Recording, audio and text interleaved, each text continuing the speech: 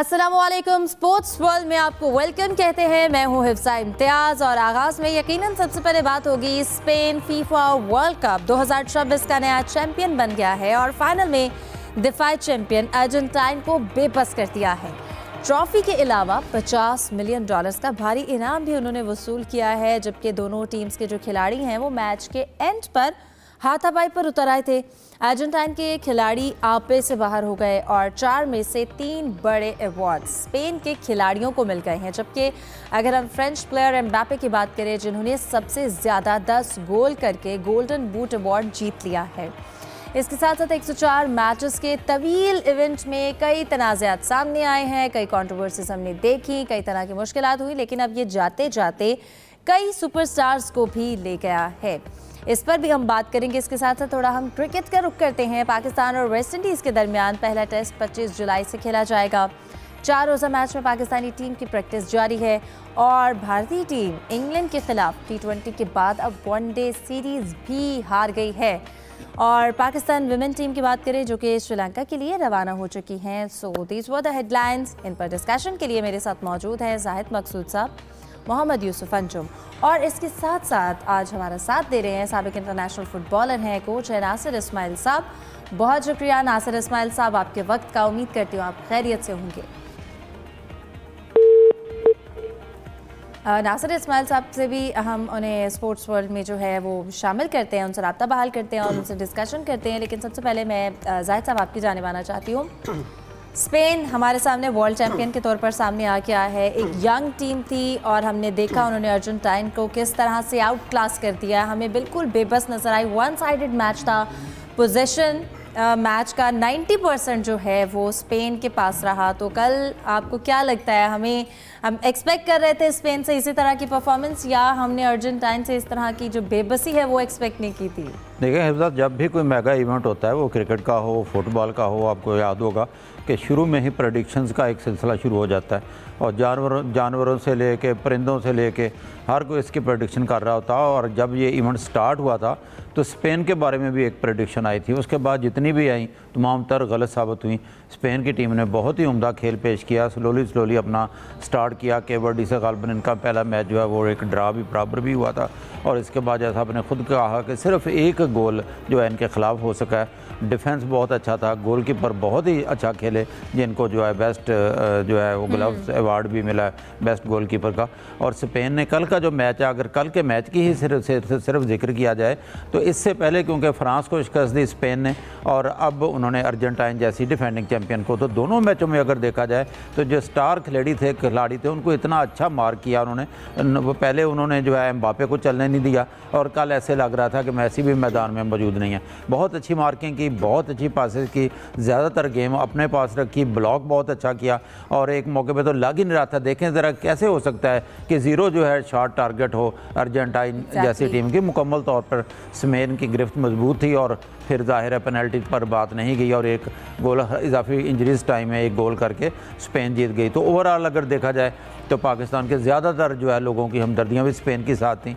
एक उतना ज़बरदस्त मैच तो नहीं हुआ जो अगर वर्ल्ड कप कतर में जो हुआ था 2022 का अगर देखें तो उसका फाइनल बहुत ही ज़बरदस्त था और जिसमें एम्बापे ने 3 गोल भी किए थे। और कल का मैच थोड़ा सा इस हवाले से बोरिंग करार दिया जा सकता है। अलबत्ता इससे पहले जो तीसरी पोजीशन का मैच था इंग्लैंड और फ्रांस का, वो बहुत ही शानदार और बहुत ही अटैकिंग खेल था, एक लम्हे के लिए भी नज़र नहीं हटती थी। लेकिन बहरहाल एक नया चैम्पियन स्पेन बन गया और सोशल मीडिया पे जो चलाई जाने वाली मुहिम थी वो तकरीबन गलत साबित हो गई, जो कि अर्जेंटाइन के हवाले से काफ़ी कुछ कहा जा रहा था। बिल्कुल, रेड कार्ड लेकर फर्नांडिस जो थे वो अर्जेंटाइन के प्लेयर कल वो भी मैच से बाहर हुए। हमने देखा कि दोनों जानिब से बड़ी कोशिश की जा रही थी, फिर हमने कुछ फाउल भी देखे, लेकिन उसके बाद यूसुफ स्पेन की टीम ने बहुत ज़्यादा जो है वो कोशिश की बार बार गोल करने की, उनकी जानिब से स्ट्राइक्स जो थी वो ली जा रही थी, लेकिन हमने देखा कि उन्होंने इतना पोजीशन रखा हुआ था कि दूसरी साइड पे गोल अर्जेंटाइन की साइड पे बॉल जाने ही नहीं दे रहे थे। बॉल उनके पास था। क्या जिस तरह से ये स्ट्रेटजी थी, इनकी स्क्वाड की डेप्थ हम कह सकते हैं या हम इनकी जो कोचिंग है उसकी कह सकते हैं कि जेन्युइनली बहुत जीनियस थी वो? देखिए, मेरे ख्याल में इतनी तौर पर स्पेन की टीम का अगर मुकाबला किया जाए अर्जेंटीना के साथ, तो अर्जेंटीना का पल्ला रिकॉर्ड की हैसियत से काफ़ी भारी लग रहा था। लेकिन गुज़श्ता चंद बरस से जो स्पेन की टीम उसकी जो परफॉर्मेंस का म्यार है दिन ब दिन ऊपर आ रहा था। वर्ल्ड कप के पहले मैच से लेकर फाइनल तक हम देखें कि जो कोचिंग की हिकमत अमली थी वो सबसे ज़्यादा सुपर क्लास नज़र आई, और ख़ास तौर पर कल फाइनल में तो उन्होंने आउट क्लास किया पूरी अर्जेंटीना की डिफेंस लाइन को, फॉरवर्ड लाइन को। किसी भी लम्हे पर ये लग नहीं रहा कि ये वही अर्जेंटीना की टीम है जिसके बारे में पहले से पेशन गोई की गई थी कि ये इस बार भी वर्ल्ड कप जीतेगी, और उसमें स्टार खिलाड़ी मेसी का जो एक दबदबा था वो भी हमें कहीं नज़र नहीं आया। इसकी एक वजह ये कि ओवर कॉन्फिडेंस भी हम कह सकते हैं अर्जेंटीना की टीम को, और उसके मुकाबले में स्पेन ने बड़ा अच्छे तरीके से मैच का आगाज़ किया। उन्होंने तमाम खिलाड़ियों को जो उनके हदफ थे उनको मार्क किया और उनको किसी लम्हे भी चलने नहीं दिया। उनकी बेबसी का अंदाज़ा इस बात से लगाया जा सकता है पूरे 90 मिनट में कोई एक बड़ी शॉट भी नहीं, गोल पोस्ट में वो अटैक नहीं कर पाए। छोटे छोटे पासेस उन्होंने ज़रूर खेलने की कोशिश की, लेकिन स्पेनिश जो डिफेंस लाइन थी उन्होंने हर उनकी मूव का खातिर ख्वाह जवाब दिया। बज़ाहिर ये मुकाबला था लामीन यमाल जो फ्यूचर स्टार हैं फुटबॉल की दुनिया के, और एक still I guess UEFA championship जो एक कप है वो ही उन्होंने अभी तक हासिल नहीं किया, वरना इस एज में वो उनकी टीम में होते हुए उन्होंने फीफा का जो इंटरनेशनल वर्ल्ड कप टाइटल है चैंपियन वो भी उन्होंने हासिल कर लिया। बिल्कुल ऐसा ही है कि लामीन यमाल के और अर्जेंटीना के अगर मैसी की बात की जाए तो एक का सूरज गरूब हो रहा जबकि दूसरे का सूरज था वो तलू हो रहा था। इसी वर्ल्ड कप में यकीनी तौर पर हमें लामीन यमाल जैसे और भी दीगर स्टार में नज़र आए हैं। मजमूई तौर पर ओवरऑल अगर देखा जाए तो ये फ़ाइनल जो एक तवक्को थी कि उससे ज़्यादा दिलचस्प होगा वो नहीं था। एक मारा मारी भी हमें नज़र आई, ख़ास तौर पर अर्जेंटीना की टीम की तरफ से। उन्होंने जो एक फाउल प्ले का मुजाहरा किया पूरे मैच के दौरान, उनका जो टारगेट था वो स्पेनिश खिलाड़ियों को ज़ख्मी करना था, उनको किसी तरीके से इंजर्ड करना था, लेकिन उसमें कामयाब नहीं हुआ। और इसका मुजाहरा यकीनी तौर पर स्पेन के खिलाड़ियों बड़े सब्र के साथ किया, उनके हर जो टैकल था उसका भरपूर उन्होंने जवाब दिया, कोई ज़्यादा अग्रेशन शो नहीं की।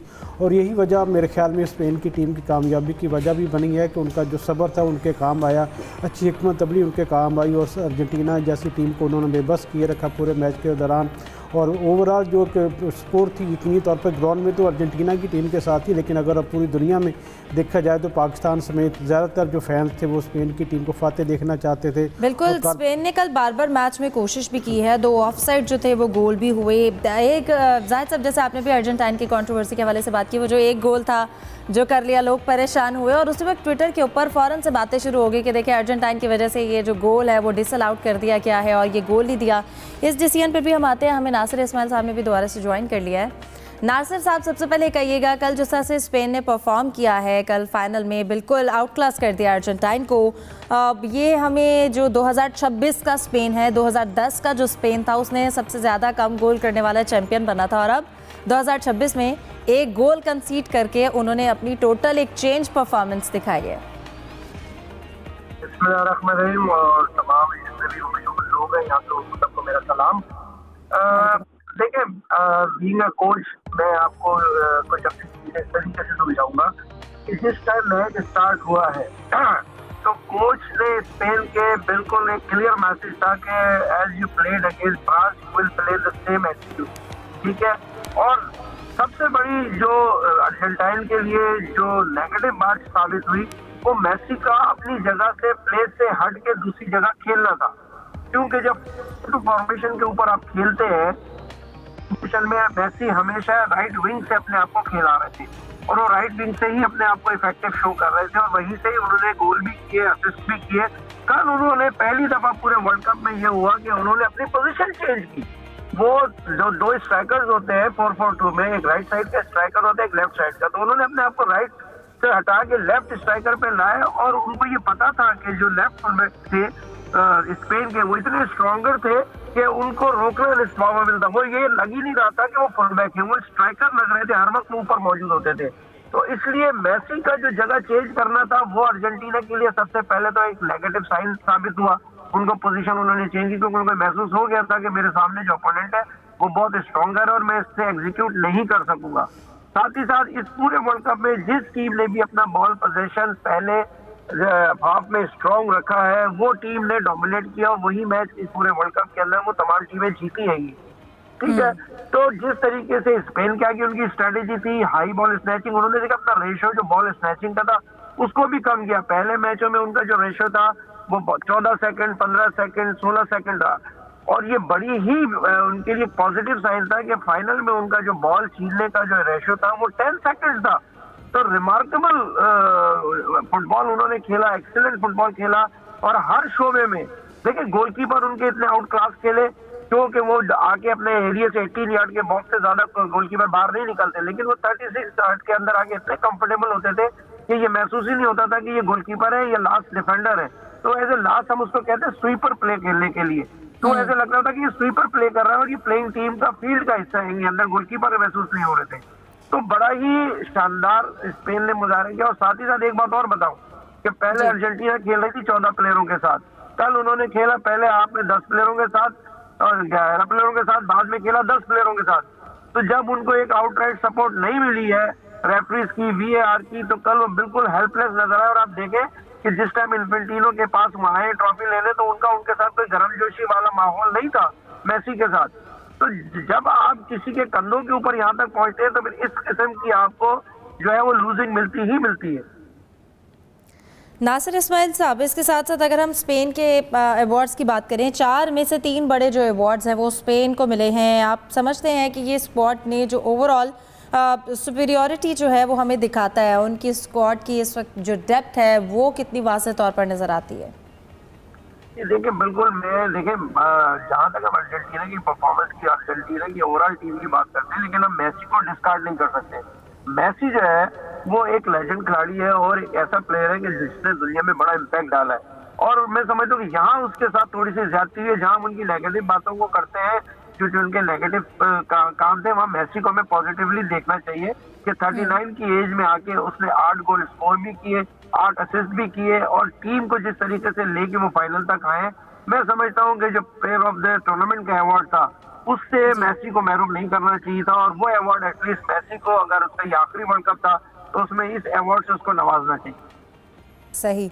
और अगर हम एम्बापे की बात करें, उन्होंने 10 गोल करके गोल्डन बूट तो उन्होंने जीत लिया है, लेकिन अगर हम बात करें जैसे फ्रांस की टीम है वो वर्ल्ड कप नहीं जीत सकी है, तो इंडिविजुअल ब्रिलियंस की बात करें और टीम सक्सेस की बात करें, तो इस फ़र्क को, इस टूर्नामेंट में ये जो फ़र्क रहा, इस पर आप क्या कहेंगे? देखिए डेफिनेटली एम्बापे एक फ्यूचर स्टार है और अभी 26 साल उनकी एज है। और मैं समझता हूँ कि वो जितने भी वर्ल्ड कप के रिकॉर्ड हैं और वो अगर से अपनी कंप्लीट फिटनेस के साथ, क्योंकि देखे ना प्लेयरों को जब ये 4 साल खेलते हैं तो इनको बड़ी बड़ी इंजरीज होती है। नेमार आपके सामने एक जिंदा मिसाल है कि उसको बैक टू बैक जितनी इंजरी हुई है उसके बाद उसका फुटबॉल फिनिश हो गया और मैं समझता हूँ कि उसका लास्ट वर्ल्ड कप था। तो अगर एम्बापे को कोई इंजरी नहीं होती और वो इसी रिदम और इसी स्पीड के साथ खेलते हैं तो एम्बापे एक ऐसे प्लेयर होंगे। एम्बापे और आपके सामने लामिन यमाल है जो कि 19 साल के हैं इस वक्त। ये 2 प्लेयर ऐसे हैं कि जो आने वाले वक्तों में रोनाल्डो और मेसी जैसे प्लेयरों को रिप्लेस तो नहीं कर सकते, लेकिन इनकी तरह वर्ल्ड में एक इम्पैक्ट डाल सकते हैं। एग्जैक्टली जाहिद साहब, जिस तरह से कल के मैच में बेशक लामिन यमाल ने कोई गोल नहीं किया, लेकिन उनका जो एक इम्पैक्ट था दूसरी टीम पर और जिस तरह से हमने उनको खेलते हुए देखा है कि जब बॉल उनके पास होती थी तो वो किस तरह डिफेंडर्स के बीच में से उसको निकाल कर लेकर जाते थे। लामिन यमाल के ऊपर आप एक क्या जवाब देंगे?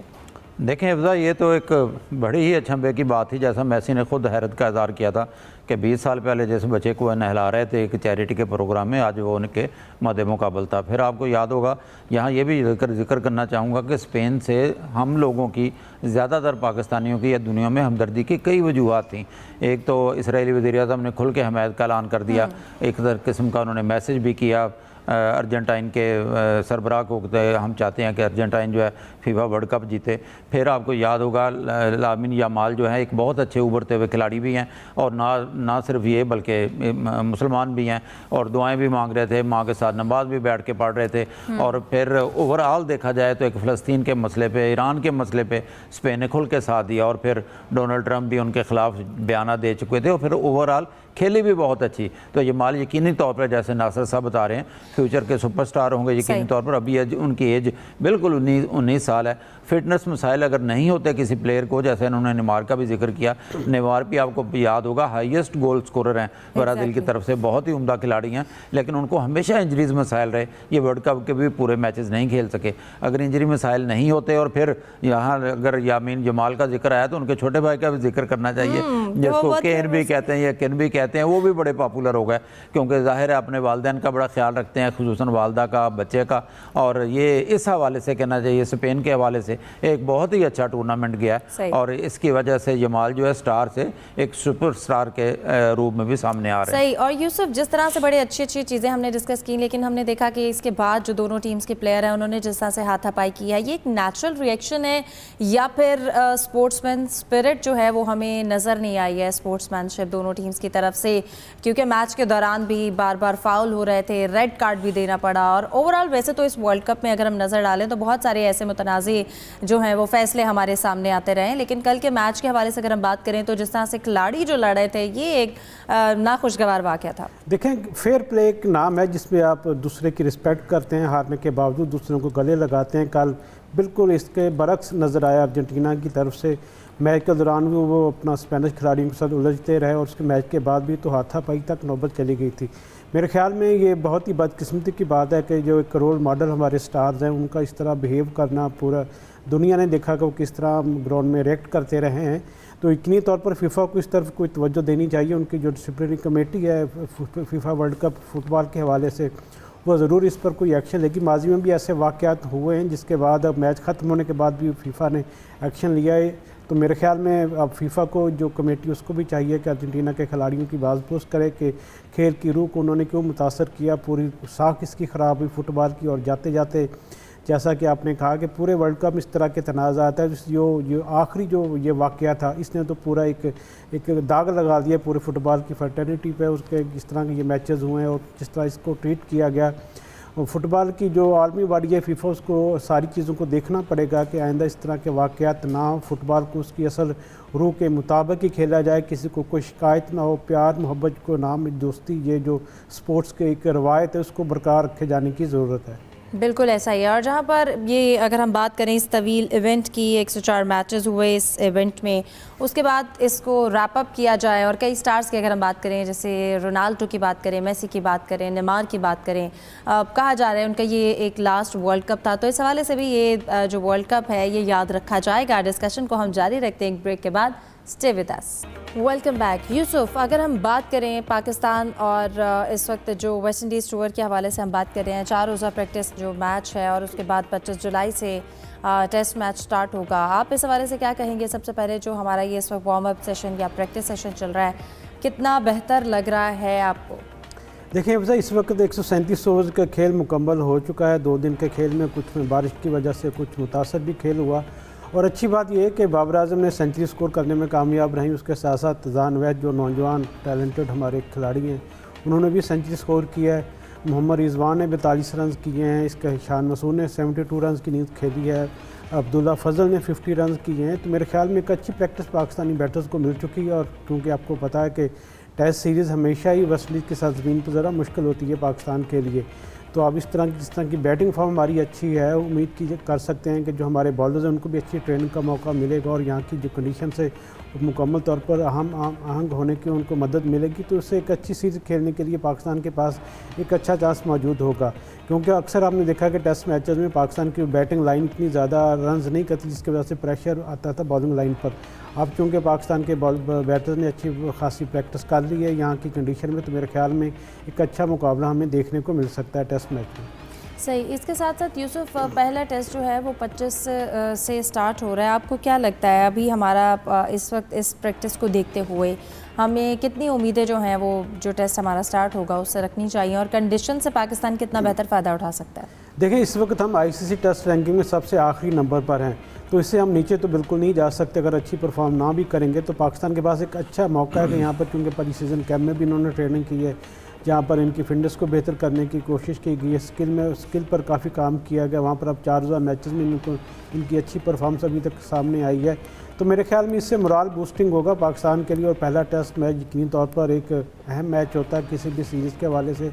उसके बाद आपको पता है कि 2 टेस्ट मैच यहाँ पर खेलने के बाद पाकिस्तान टीम ने इंग्लैंड का दौरा करना, जहाँ पर 3 टेस्ट मैचेस की सीरीज़ है। तो अभी भी पाकिस्तान के पास एक अच्छा मौका है कि इन दोनों जो टेस्ट मैचेस में अच्छी परफॉर्मेंस देकर अपना मोराल को बेहतर करें, और इंग्लैंड में जो टेस्ट मैचेस वहाँ भी अच्छा खेलने की कोशिश करें। तो अभी तक पाकिस्तान की जो ग्राफ है उसको बेहतर किया जा सकता है, लेकिन उसकी सूरत में सिर्फ यही है कि पाकिस्तान की टीम ना सिर्फ बैटिंग बॉलिंग में अच्छी प्रैक्टिस करे, अच्छी परफॉर्मेंस दे, बल्कि आपको पाकिस्तान के खिलाड़ियों को इन टेस्ट मैचेस में फील्डिंग का म्यार भी खासा बेहतर करने पर तवज्जो देना होगी। जाहिद साहब, हम बात करें अगर इस वक्त इंडिया की ओडीआई सीरीज़ की, इंडिया पहले T20 भी हारा इंग्लैंड से, उसके बाद अब ओडीआई सीरीज़ के हवाले से भी हम बात करें, आपको क्या लगता है ये सिर्फ एक फॉर्म का मसला है टीम का, या फिर हमें वाकई में लग रहा है कि कोई डीप क्राइसिस जो हैं वो टीम के साथ चल रहे हैं? देखें हिफ्ज़ा, इंडिया में तो सोशल मीडिया पर और मीडिया पर भी बहुत कुछ कहा जा रहा है। अगर देखा जाए तो कम अज़ कम हमारे लिए खुशी का या इत्मीनान का थोड़ा सा पहलू ये है कि कम अज़ कम मीडिया भी हमारी सतह पे अब दिखाई दे रही है इंडियन टीम, क्योंकि 16 साल से वो मैचेस नहीं हारते थे, एक किस्म का राज कर रहे थे। आईपीएल का भी बड़ा चर्चा था, उनके प्लेयर्स के भी, और ये अक्सर कहा जाता था कि इंडिया अगर किसी इवेंट में अपनी 4 या 5 टीमें उतारेगा तो पहले सेमीफाइनल में शायद 4 इंडिया की टीमें हों। लेकिन हालिया दिनों में देखा जाए तो 10 में से 1 मैच जीत चुका है। पहले आयरलैंड में वो दोनों T20 हारे, फिर यहाँ पे उनके 5 T20 थे, एक बारिश की नज़र हो गया, वो 4 मैचेस हारे। फिर टीम में चेंजेस हुई, कप्तान चेंज हुए, सीनियर प्लेयर विराट कोहली और रोहित शर्मा आए, और इसमें भी वो जो है वनडे सीरीज़ जो है 2-1 से हार गए। ये जो आखिरी मैच हुआ, इसके साथ साथ जाहिद साहब यहाँ पर ज़रा हम दिखाते चलें कि इस वक्त जो स्पेन की टीम है वो फीफा वर्ल्ड कप जो है वो जीतने के बाद अब वापस स्पेन जो है वो पहुँच चुकी है, और इस वक्त हम देख सकते हैं एक स्क्रीन पर कि जो स्क्वाड है इस वक्त हमें वो स्पेनिश टीम का यहाँ पर नज़र आ रहा है। और कल स्पेन ने यकीनन बहुत अच्छा परफॉर्म किया कि वो डिज़र्व करते थे ये फ़तह।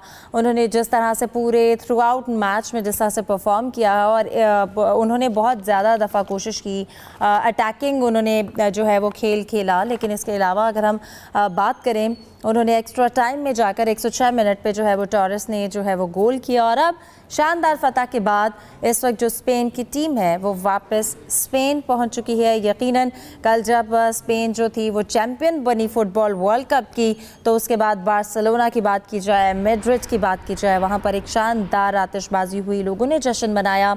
16 साल के बाद उन्होंने ये जो ट्रॉफ़ी है ये थामी है। 2010 में नीदरलैंड्स के साथ जोहान्सबर्ग में उन्होंने लास्ट जो है वो ये टाइटल जो था वो अपने नाम किया था, और उसके बाद अगर हम बात करें अब 16 साल के बाद 2026 में स्क्वाड जो है वो काफ़ी यंग है। और फिर लामिन यमाल के हवाले से अगर हम बात करें तो उस पर भी लोगों की काफ़ी नज़रें थी। उन्होंने भी थ्रू आउट इस यंग एज में 19 साल की उम्र में उन्होंने कई टाइटल्स अपने नाम किए हैं, और इसके अलावा उन्होंने एक जो इम्पैक्ट प्लेयर हैं वो अपनी टीम के, और इस वक्त आपको बता रहे हैं कि ये आप देख सकते हैं कि जो स्पेनिश स्क्वाड है स्पेन की टीम का वो इस वक्त स्पेन में पहुंच चुके हैं, और फीफा वर्ल्ड कप फाइनल में अर्जेंटाइन को उन्होंने 1-0 से शिकस्त दी थी, और अब ये टाइटल अपने नाम करने के बाद इस वक्त ये जो टीम है स्पेन की वो वापस अपने मुल्क स्पेन पहुंच चुकी है, और ये स्क्वाड यहाँ पर मौजूद है। यकीनन यहाँ पर उनका एक शानदार वेलकम होगा। लोग जो हैं वो काफ़ी खुश हैं क्योंकि एक अरसे के बाद उन्होंने जो ये टाइटल है वो हासिल किया है। और हमने कल स्टेडियम में भी देखा कि जो स्पेन की जो की प्लेयर्स हैं जो पहले टीम में शामिल थे, जो पहले खेल चुके हैं, वो वहाँ पर मौजूद थे, प्रेसिडेंट वहाँ पर मौजूद थे, उनके प्रिंस वहाँ पर मौजूद थे, और इसके साथ वहाँ पर मुलाकात भी हुई उनके डोनाल्ड ट्रंप से, और एक अच्छे खुशगवार माहौल में। और जब स्पेन ये जो मैच है वो जीता तो उस वक्त वहाँ पर भी खुशी का समा था, लोग बहुत ज़्यादा सपोर्ट कर रहे थे। हम यहाँ पाकिस्तान की बात करें तो यहाँ पर भी बहुत ज़्यादा लोग जो हैं वो स्पेन को सपोर्ट कर रहे थे, उनको जीतता हुआ देखना चाहते थे। ट्रॉफ़ी एक बार फिर से जो स्पेन की टीम है उन्होंने हाथ में थाम ली है, चेहरों पर हमें खुशी दिखाई दे रही है। और एक जानिब वो मनाजिर है जब कल उन्होंने ये टूर्नामेंट जीतने के बाद ये ट्रॉफ़ी अपने हाथ में उठाई थी, और अब ये वहाँ के मनाजिर हैं। एयरपोर्ट पर उनकी टीम वहाँ पर पहुँची है, हाथ में उन्होंने ट्रॉफ़ी थामी हुई है, उनके कोच वहाँ पर मौजूद हैं, उनके साथ जो मैनेजमेंट थी वो वहाँ पर मौजूद है, और शानदार इस्तकबाल भी किया जाएगा। और पूरा जो स्क्वाड है वहाँ पर अब वो वहाँ से रवाना हुआ है, प्लेन से वो बाहर आए थे, उन्होंने अपने वहाँ पर जो अपना लगेज कलेक्ट किया, उसके बाद उन्होंने एक फ़ोटो सेशन जो है वो हुआ, ट्रॉफ़ी उन्होंने उठाई थी, जिसके बाद अब वो बाहर की जानिब रवाना हो रहे हैं। यकीनन स्पेन के मुख्तलिफ अगर हम शहरों की बात करें वहाँ पर भी जो जश्न है वो मनाया जाएगा। कल से ही इनफैक्ट वहाँ पर काफ़ी ज़्यादा सेलिब्रेशंस जो थी उनका सिलसिला शुरू हो गया था, जब कल स्पेन ने जो ये वर्ल्ड कप टाइटल है फीफा का वो अपने नाम किया था 16 साल के बाद, 2010 के बाद अब 2026 में। और थ्रू आउट अगर हम बात करें उसकी जर्नी की स्पेन की, तो ओवरऑल वर्ल्ड कप में उन्होंने बहुत अच्छी जो है परफॉर्मेंस दी। एक जो ओवरऑल वर्ल्ड कप की बात करें, उन्होंने एक गोल जो है वो कंसीड किया था वर्ल्ड कप में। अदरवाइज़ उनकी तमाम मैचेस में बहुत अटैकिंग परफॉर्मेंस रही। कल के मैच में उन्होंने बहुत ज़्यादा डोमिनेट किया और इसके साथ नतीजा जो था वो उनके हाथ में रहा। 106 मिनट पे जब एक्स्ट्रा टाइम दिया गया उसके हाफ में उन्होंने, सेकंड हाफ में उन्होंने ये गोल किया। और टोरेस की अगर हम बात करें तो कल स्पेन के लिए वो काफ़ी लकी रहे और जो जीत का जो एक ताज है उन्होंने वो अपनी टीम के सर पर सजाया 106 मिनट में, जिसके बाद एक तरह से अर्जेंटाइन की टीम का जो है हम बात करें अगर मोराल की, कुछ हद तक डाउन हो गया, लेकिन फिर भी उन्होंने भी लास्ट मिनट तक भरपूर कोशिश की कि किसी तरह वो भी कोई गोल कर सके, लेकिन स्पेन की टीम की जानिब से मौका नहीं दिया गया। बहुत अच्छा पोजीशन था उनका बॉल पर और अभी स्पेन की टीम जो है वो ये फतह समेटने के बाद वापस अपने मुल्क जो है वो पहुंच चुकी है और यहाँ पर भी उन्हें अच्छे से सेलिब्रेट किया जाएगा। टीम की गैर मौजूदगी में भी वहाँ पर बहुत अच्छे से वहाँ पर सेलिब्रेशंस हुई स्पेन में। मुख्तलिफ जो शहर हैं, अगर हम बार्सिलोना की बात करें, मैड्रिड की बात करें, तो वहाँ पर भी काफ़ी अच्छी सेलिब्रेशंस हुई।